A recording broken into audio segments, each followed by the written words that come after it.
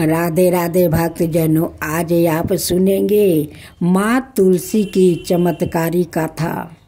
एक गांव था। उस गांव में एक परिवार रहा करता था। उस परिवार में 3 बहू और 3 बेटे, सास ससुर सभी एक साथ रहा करते थे।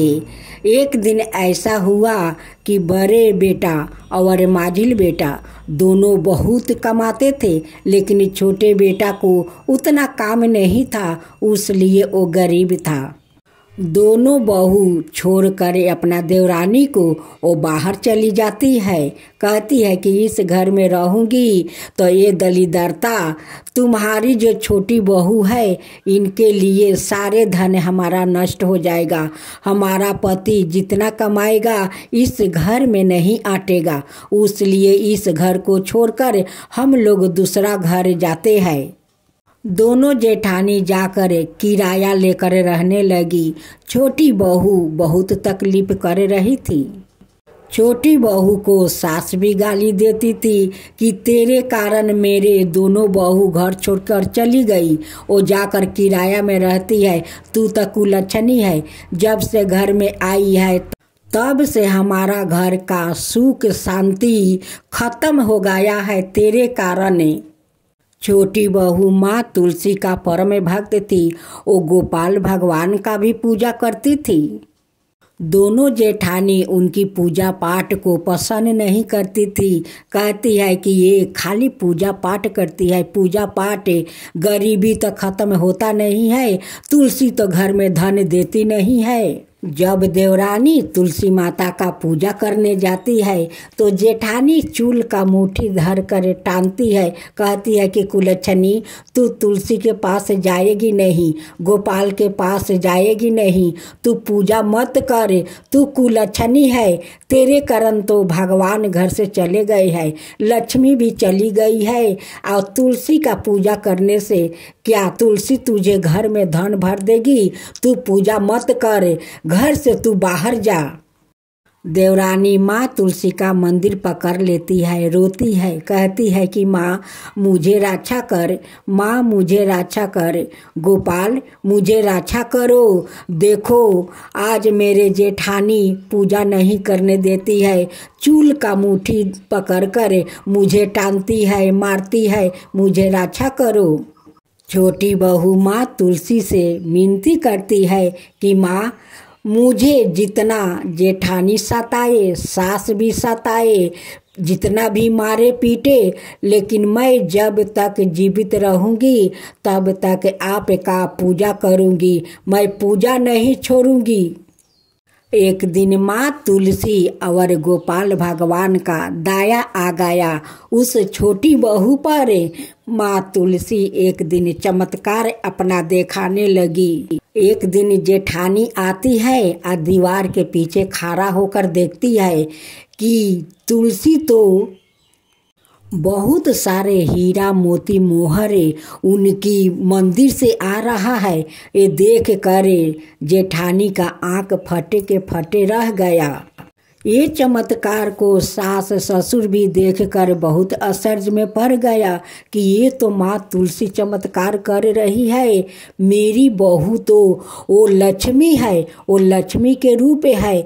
आज उनकर सत्य पर माँ लक्ष्मी देखो कितना आ रही है, और माँ तुलसी ये सारे हीरा मोती मोहर सब बरसा रही है।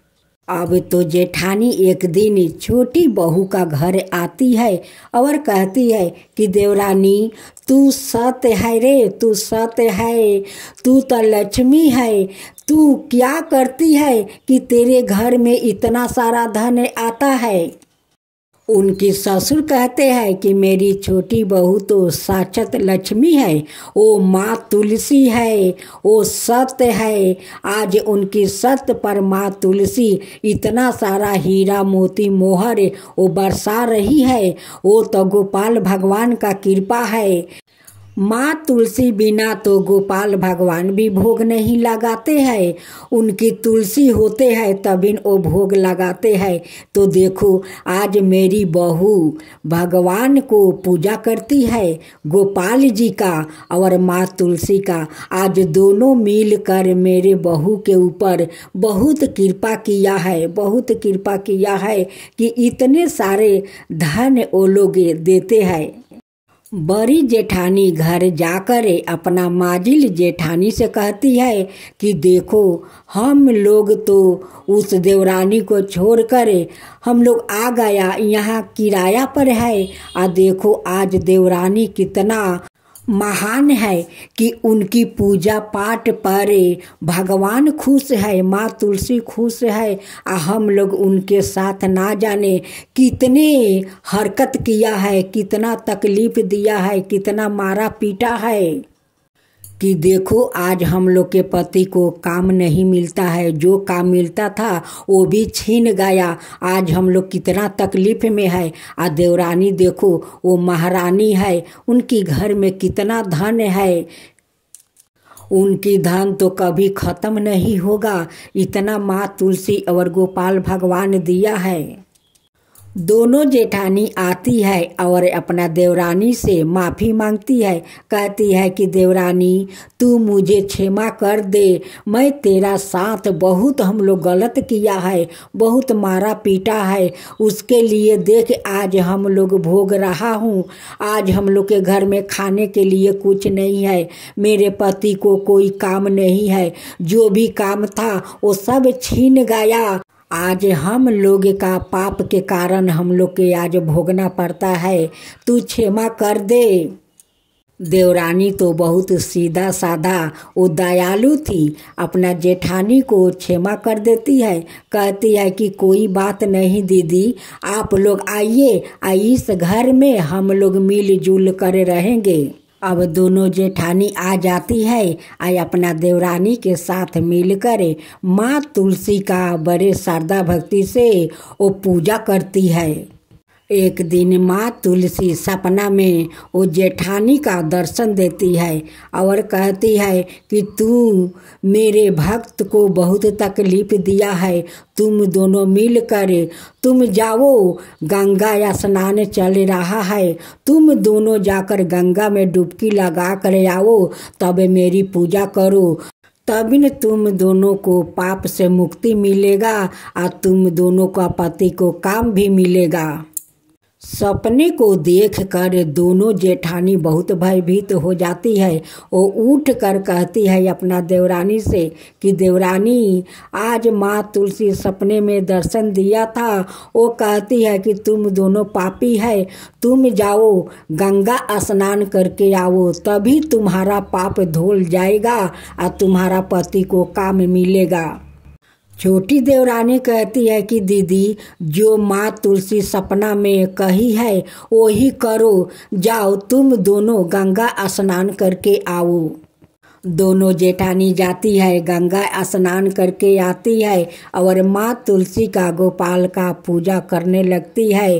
तभी उनकी दोनों पति को बहुत अच्छा काम मिल जाता है। दोनों जेठ अब तो बहुत सारा पैसा कमाने लगा, अब वो लोग का खुशहाल जिंदगी जीने लगा।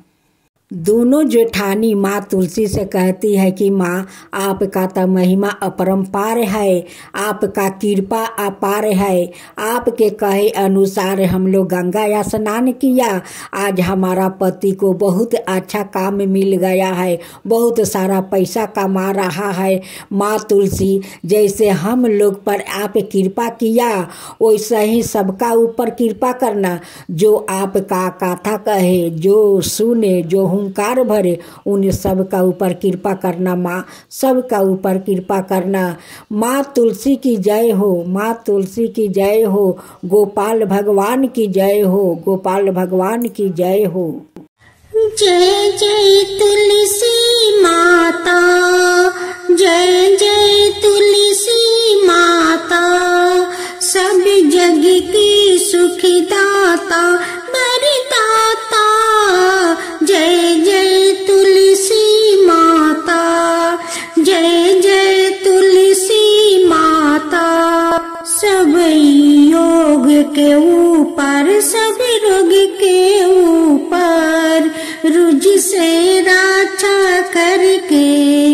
भाव तराता।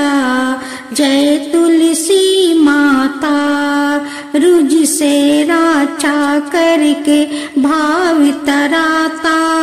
जय तुलसी माता। बाहु पुत्री है सायामा, सुरबली है गारामा। विष्णु प्रिया जो तुम के सेवे, सोनर तर जाता। जय जय जय तुलसी माता, जय जय जय तुलसी माता।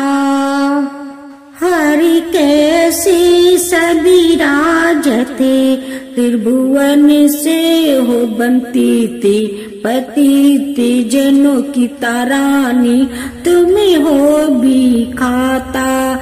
जय जय तुलसी माता, जय जय तुलसी माता। लेकर जन्म बिजन में आई, दिव्या भवन में। मानव लोगी तुम्हीं से सुख सनपति पाता। मानव लोग तुम्हीं से सुख सनपति पाता। जय जय तुलसी माता, जय जय तुलसी माता।